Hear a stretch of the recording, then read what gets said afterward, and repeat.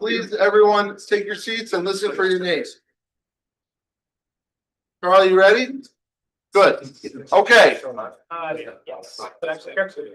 Ladies and gentlemen, please listen for your names so we can get going here. When I call your name, please take present. Joseph Schenker. Michael Batch. Robert Ackerman. Present. Laura Agoli. He's here, I saw her. She's there. Can you hear us? Bob Hope. Kelly Gorman. Kevin Mangel. He's here. She's here. Present. Sound like Kevin and Cindy Basilios. Here. Grace Cacciola. Here. Jerry Gonzalez. Here. Glenn Asada. Here. Bradley Kaufman. Here. Nathan Reisman. Here. Pamela Lloyd. Here. Chris Gusak. Present. Doug Isaacs. Here. Kevin Ward. Here. Anne-Marie Durgenti. Yep. Andrew Dahl. Present. Jeffrey Raybridge. Reed Caldwell. Jonathan Berkowitz. Lauren Pistarco. Michael Redlener. Present. Paul Barbara. Present. David Benelli. Here. Christine Chen. Present. Mark Cantor. Here. Ed Jarvik. Here. Joseph Bowe. Here. Jessica Van Voorhees. Here. Benjamin Sabar. Here. Matthew Harris. Here. Daniel Eckroth. Here. Robert Groupie. Here. Arthur Cooper. Here. Virginia Langston. Adam Gottlieb. Terrence Lau. Here.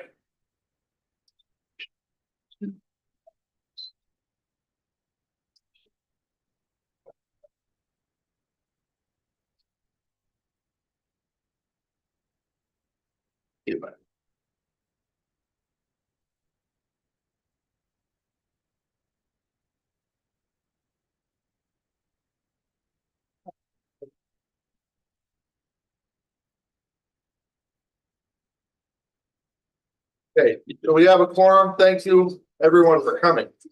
First order of business is to approve the minutes from the October 21st meeting. These were sent out via email in your correspondence. Does anybody have any questions about the minutes? Any comments? Any changes? Hearing none, we will take the minutes as approved and move on. The correspondence report. We got requests from Eric Blutinger and Jeffrey Ravridge to be excused. We got a correspondence from FDNY Legal in reference to the interfacility guidelines. We are requesting legal counsel to set up a meeting with FDNY Legal to discuss. The policy statement, supraglottic airway for implementation for BLS providers was received. We received a notice from Health and Hospitals that South Brooklyn Health has been approved as a thrombectomy capable stroke center effective November 12th, and that will be sent to FDNY OLMC to be added to our receiving hospitals. Enforcement issues Henry Lorenio from Brooklyn, New York, number 538468, surrendered certificate effective October 24th, 2025 for violations of Part 800s. And what else? There was a notice sent out about the upcoming fee structure changing, which includes an updated fee to $135 for the REMAC basic exam and $35 for the recredentialing, and that was sent out. Thank you. Any questions on the correspondence? Okay, hearing none. The executive committee did not meet. So we'll move to subcommittee reports and we will begin with medical standards. Dr. Benelli. Thank you. Okay, so medical standards met just prior to this meeting. We had reports from the CNC committee without any action items to REMAC. There are a couple of protocols that were brought forward and second motion to medical standards that were approved. I'm gonna allow Dr. Lai to go quickly through those protocols and we'll have probably roll call vote on each and every one of them.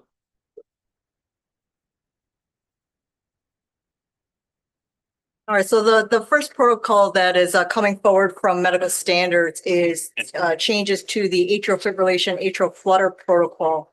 As many of you may know, the AHA recently released updates to their guidelines. And in there, they have changed the initial energy settings for synchronized cardioversion for the treatment of atrial fibrillation and atrial flutter. So the proposed changes that we have coming forward are the changes in the initial cardioversion joule settings from 100 to 200, as well as a more descriptive title for the patients that should be included in this protocol. That is, it will be patients with AFib, AFlutter with rapid ventricular response. Okay, any discussion about this? Had an extensive discussion about it in medical standard. Okay, hearing none, we're gonna do a roll call to approve the change of this protocol. Essentially changing 100 to 200. Correct? Dr. Lai? Yes, correct. Thanks. Let's do a roll call vote, please.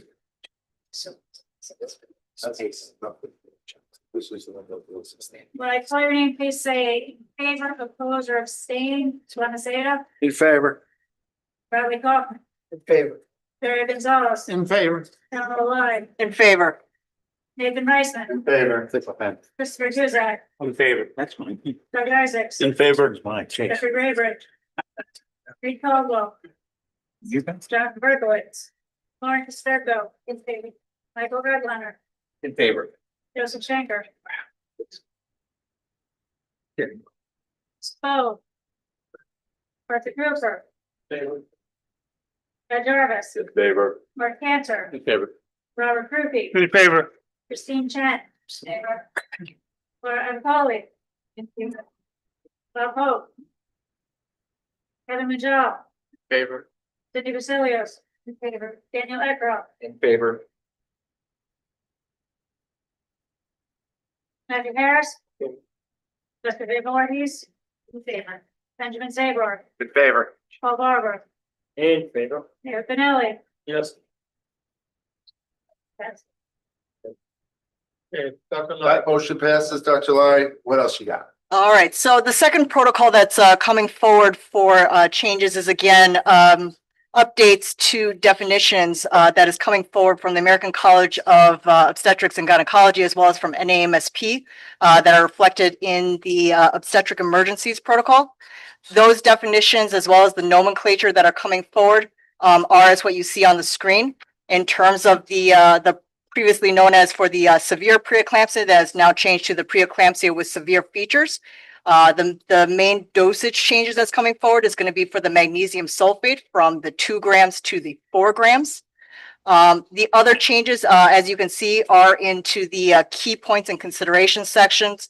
As I stated before, the definition for the preeclampsia with severe features has changed, such that it'll be when patients have either of the following conditions, either the systolic blood pressure greater than or equal to 160 or diastolic blood pressure greater than or equal to 110, or the systolic blood pressure of greater than or equal to 140 or diastolic blood pressure greater than or equal to 90 with any of the following symptoms: the severe headache, visual disturbances, right upper quadrant, or epigastric abdominal pain.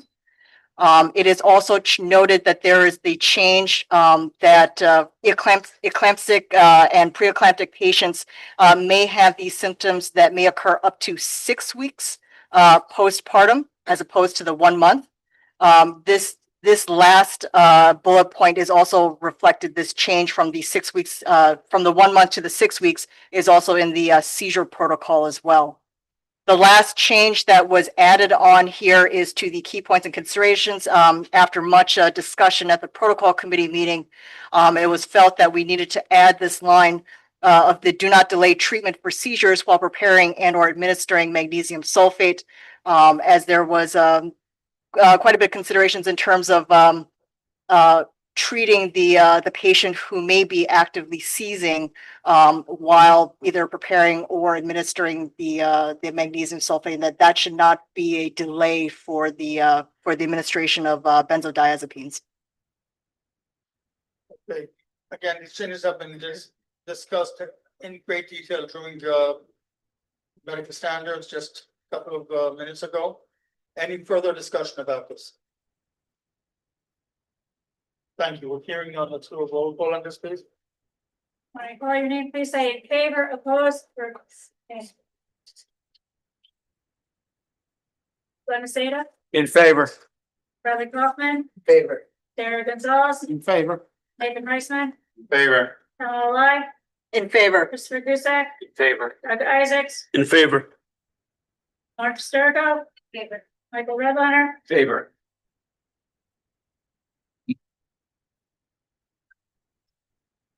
Joseph Bo, Arthur Cooper, In favor. Ed Jarvis, In favor. Mark Cantor, Favor. Robert Kirby, In favor. Christine Chen, favor, Mark Iapoli, in favor, Bob Hope, Kevin Majel, In favor. Cindy Basilius, in favor, Daniel Eckroth, In favor. Matthew Harris, In favor. Jessica Van Voorhees, in favor, Benjamin Zabar, In favor. Paul Barber, In favor. David Benelli, Yes. motion carries. Dr. Lai. All right, so the last item for discussion is the proposed removal of Appendix R that we just see on the screen here. So just as a quick refresher, these are sort of all of the information that is contained in the New York State BLS protocols that did not necessarily were a part of our unified protocols. And I believe that this was something that was put in place to help the approval of the unified protocols during that time. However, it was felt from some members from the protocol committee that having this now as part of our protocols, where it has not been updated, as well as having some of that information causes quite a bit of confusion for providers that are practicing, even though that there is the statement that is in the beginning that you'll see up here that just says that these are for educational purposes only. So it is brought forward from medical standards to remove the information that is in Appendix R. So again, this has been discussed in detail during medical standard just now. Any further discussion about this? Okay, hearing none, let's vote on this, please.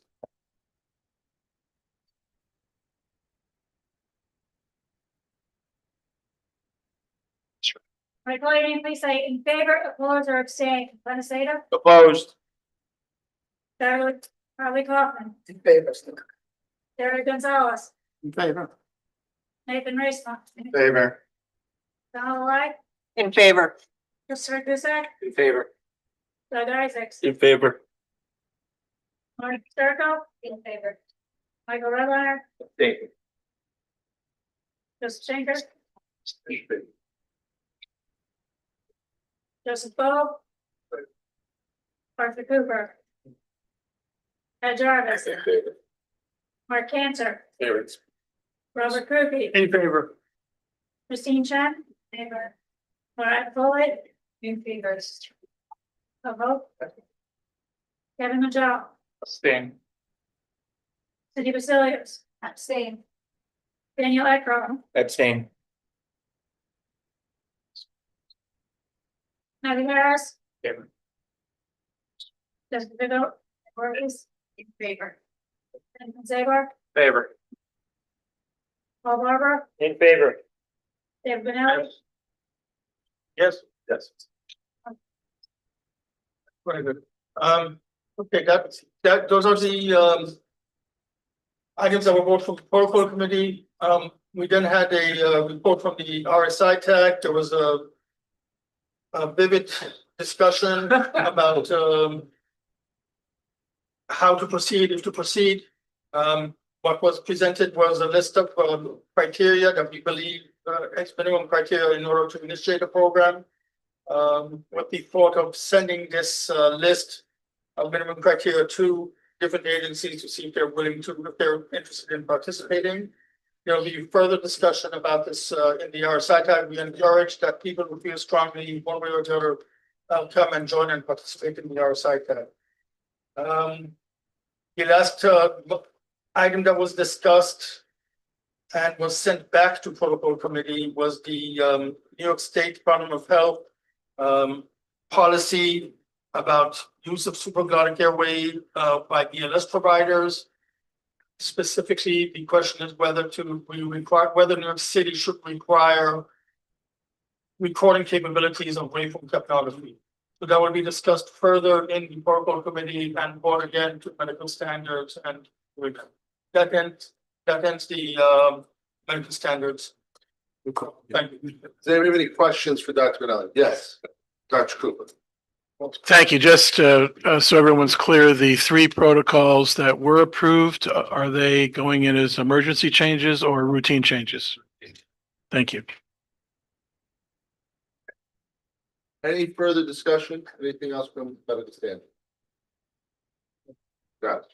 Okay, Dr. Kosterko, QA report, please. QA committee hasn't met since our last REMAC meeting. We will be meeting this Thursday at 1 p.m. Great, thank you. Okay, training and education. I know Morty's not here. Megan, you said that there was no new business or nothing of time sensitive that needs to be discussed tonight. Great, thank you. Interfacility, Dr. Berkowitz is not here. The tag, I think we are going to now that the interfacility protocol interfacility guidelines were approved, we will disband this tag going forward. I would thank everybody who served on that tag for your service, and in the event that we need to discuss it further, we will bring that back to the table. RTAC report. Dr. Isaacs, did you go to RTAC this month? Were you able to? I think it was about a month and a half ago when we had the meeting, so Anything to report? nothing new to report. Thank you. Okay, regional council update, Dr. Rupi. Hi, how you doing? So Regional EMS Council met here last on October 28th. Okay, here's your Riverside Drive. Approved motions, okay, approved the Office of the Regional Council staff and the Legislative Committee to draft the council cover letter.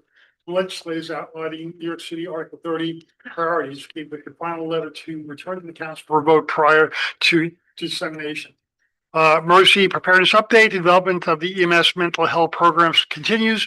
AC communication applications for participation in New York City REMSCO peer support team will be released shortly. Referral partnerships are being finalized, provide no cost continuing care for EMS personnel, including behavioral therapy, cognitive behavioral therapy, and substance use abuse services. The online infection control awareness course will go live early next week on the REMSCO LMS, and in-person standards and practices course is scheduled to roll out before the end of the year. Okay, additionally, infection control officer certification program is targeted for early 2026. New York City REMSCO has partnered with Bellevue Hospital to strengthen the region's capability for special passengers transport. Regional representatives will attend the New York State Department of Health training in Albany next week with regional implementation to follow. A program agency update, Joe Ranieri presented the program agency budget analysis for fiscal year 2025, the operating period being 2024 through 2025. The presentation reviewed expenditures, funding gaps, operational impacts under the state program agency contract. Additionally, reported that the program agency memorandum of understanding with FDNY for FDNY perform program agency functions remains pending, awaiting finalization of the continuing budget. Ambulance Committee, a transfer operating authority application was received by the primary care ambulance to Ambulance NYC 6 LLC. The volunteer assistance tag chaired by Jerry Gelbhardt is actively working to help volunteer ambulance corps clarify their operating territories as needed and will remain an ongoing project moving forward. The recruitment and retention tag has established new leadership with Dominic Battinelli, a volunteer to chair. The committee will be collaborating with the fire department and other stakeholders to address challenges in recruiting and retaining EMS personnel, especially for volunteer agencies. Efforts continue for the reinstatement, of Whitestone Ambulance, Volunteer Corps.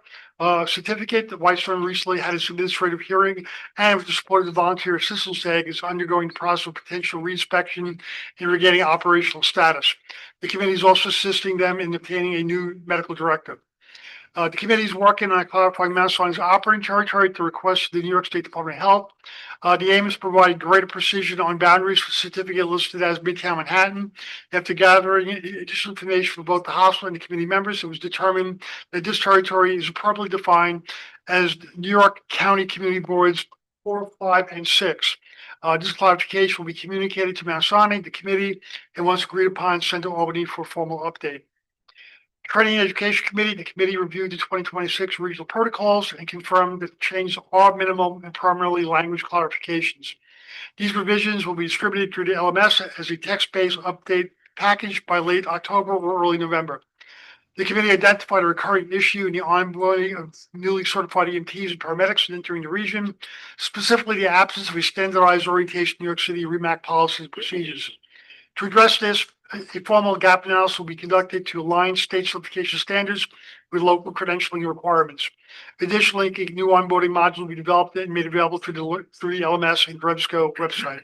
The Legislative Committee, the committee reported that Northwell notified FDNY on the 3rd, 2025, of its withdrawal, taking out 6 911 ambulance tours, 3 LS, 3 BLS across Manhattan, Staten Island, and Queens, effective November 15th of this year. With 2 Queens tours temporarily extended through January 3rd, 2026 under a FDNY arrangement. Several hospitals are exploring direct access EMS models that operate outside the traditional 911 system. The committee reaffirmed New York City's Article 30 priorities, preserving REMAC credentialing authority, ensuring New York City oversight participation in statewide pilots and innovation projects, and maintaining governance structures appropriate to the scale and complexity of New York City EMS region. State EMS Council Ryan Greenberg, Director, highlighted several new and forthcoming regulations, including updates to equipment standards, first changes since 1992, upcoming ambulance build regulations, and pending community paramedicine, again, bulk regulations, and a total of 6 additional regulatory packets in development. Director Greenberg also reported ongoing statewide efforts to strengthen EMS recruitment and retention, including funding for 36 new paramedic students, 2 per region, at $10,000 per student, and implementation of the Reconnect program, which enables New Yorkers aged 25 to 55 without a prior degree to attend designated community college paramedic programs at no cost, with 3 programs qualifying in New York City. The state aims to increase paramedic training capacity by 25%, and is working with CUNY, SUNY, and individual programs to remove barriers to enrollment and graduation. The state EMS website will include sortable listings of all accredited EMT, paramedic, and refresher courses. And that's my report. The next regional EMS council meeting will be held on November 25th, 2025 here. Any questions for Dr. Krufi? I think that the report was a little bit more verbose because Mr. Greenberg came to the meeting and presented some information. So it felt a little bit state, but it was a REMSCO meeting. There was no REMAC, or I'm sorry, CMAC or SEMSCO at their meeting in December, correct? But I do want to point out that our own Megan Williams was given an innovation award at Vital Signs, as was the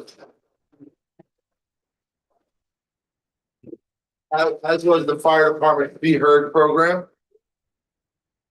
And finally, our very own Dr. Isaacs was given the Physician of Excellence Award.